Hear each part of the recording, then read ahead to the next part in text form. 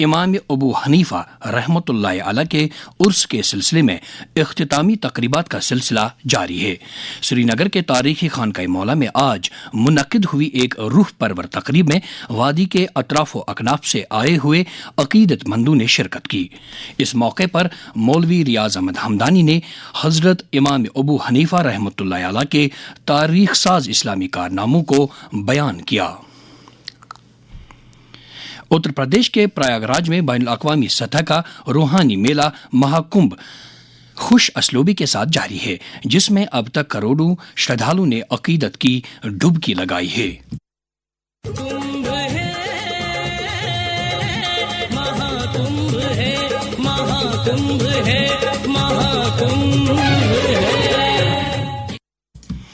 اس دوران آج وزیر اعظم نریندر مودی نے بھی تریوینی سنگم میں امرت سنان کیا۔ ڈبکی لگانے کے بعد سوشل میڈیا کی ایک پوسٹ میں وزیر اعظم نے کہا کہ سنگم میں یہ سنان ایک آفاقی لمحہ ہے۔ انہوں نے امید ظاہر کی کہ اس روحانی میلے سے ملک میں امن و خوشحالی کے پھول کھلیں گے۔ واضح رہے کہ اب تک 39 کروڑ سے بھی زیادہ عقیدت مندوں نے امرت سنان کیا ہے۔ آج مزید 55 لاکھ سے زائد شردھالو نے عقیدت کی ڈبکی لگائی۔ مہاکمبھ 26 فروری کو مہا شیوراتری پر اختتام کو پہنچے گا۔ مرکزی کمیونیکیشن بیورو کے سری نگر فیلڈ آفس کی طرف سے آج کمیونٹی ہال چھانا پورہ سری نگر میں سوچھتا ایکشن کے تحت ایک رابطہ کاری پروگرام منعقد کیا گیا۔ صفائی ستھرائی سے متعلق منعقدہ اس پروگرام میں مقامی لوگوں، سماجی کارکنوں اور صفائی کرمچاریوں کی ایک اچھی خاصی تعداد نے سرگرمی کے ساتھ شرکت کی۔ اس موقع پر فیلڈ پبلسٹی آفیسر سری نگر نصیر احمد راتھر نے سوچھتا ابھیان کو مرکزی سرکار کی ایک اہم پہل کے طور پر اجاگر کیا۔ انہوں نے کہا کہ ایسے پروگرام عام لوگوں میں صفائی ستھرائی کی اہمیت سمجھانے میں مددگار ثابت ہو رہے ہیں۔ اتراکھنڈ کے دہرادون میں 38ویں قومی کھیل خوش اسلوبی کے ساتھ جاری ہیں اور مختلف کھیل زمروں میں مرد اور خواتین کھلاڑیوں کی طرف سے شاندار کارکردگی کا مظاہرہ کیا جا رہا ہے۔ خواتین کے 10 میٹر ایئر پستول کے فائنل میں ہریانہ کی سروچی نے 245.7 کا نمایاں سکور حاصل کر کے سونے کا تمغہ حاصل کیا، جبکہ ہریانہ کی ہی پلک نے 243.6 کے سکور کے ساتھ چاندی کا اور پنجاب کی سمرن پریت کور نے کانسی کا میڈل جیت لیا۔ دوسری طرف مردوں کے 50 میٹر رائفل 3 کے فائنل میں جگہ پانے کے لیے مختلف ریاستوں کے 33 کھلاڑیوں کے درمیان مقابلہ آرائی ہوئی۔ یہ فائنل کل کھیلا جائے گا۔ لوک سبھا نے پارلیمنٹ کے دونوں ایوانوں کے مشترکہ اجلاس سے صدر جمہوریہ کے خطاب پر شکریہ کی تحریک کو منظوری دے دی ہے۔ یہ تحریک وزیر اعظم نریندر مودی کے جواب کے بعد زبانی ووٹ سے منظور کی گئی۔ اس سے پہلے وزیر اعظم نے اس تحریک کا جواب دیا۔ شکریہ کی تحریک پر بحث کا جواب دیتے ہوئے وزیر اعظم نے آئین میں دیے گئے اقدار کو مستحکم کرنے کے اپنی حکومت کے پختہ عزم کو اجاگر کیا۔ انہوں نے کہا کہ ان کی حکومت نے غریبوں کی بھلائی کے لیے بہت سے اقدام کیے ہیں، جن کے نتیجے میں 25 کروڑ لوگ غریبی کی سطح سے اوپر آ گئے ہیں۔ اب ایک نظر موسم پر۔ محکمہ موسمیات کی پیشگوئی کے مطابق جموں کشمیر میں اگلی 24 گھنٹوں کے دوران کہیں کہیں پر ہلکی بارش یا برفباری ہونے کا امکان ہے۔ سری نگر میں آج دن کا زیادہ سے زیادہ درجہ حرارت 14.5 ڈگری جبکہ کل رات کا کم سے کم درجہ حرارت -1.2 ڈگری سیلسیس ریکارڈ کیا گیا۔ جموں میں آج دن کا زیادہ سے زیادہ درجہ حرارت 20.8 ڈگری سیلسیس جبکہ کل رات کا کم سے کم درجہ حرارت 6.6 ڈگری سیلسیس تھا۔ سری نگر میں کل طلوع آفتاب صبح 7:24 پر اور غروب آفتاب شام 6:06 پر ہوگا۔ آج کی سرخیوں پر پھر سے ایک نظر۔ جموں کشمیر میں دہشت گردی کے خلاف زیرو ٹالرنس کی پالیسی پر کار بند رہنے کی سیکیورٹی ایجنسیوں کو مرکزی وزیر داخلہ کی ہدایت۔ وزیر اعلیٰ عمر عبداللہ ارکان اسمبلی اور ضلع ترقیاتی کونسلوں کے سربراہوں سے بجٹ سے پہلے کی مشاورت میں مصروف۔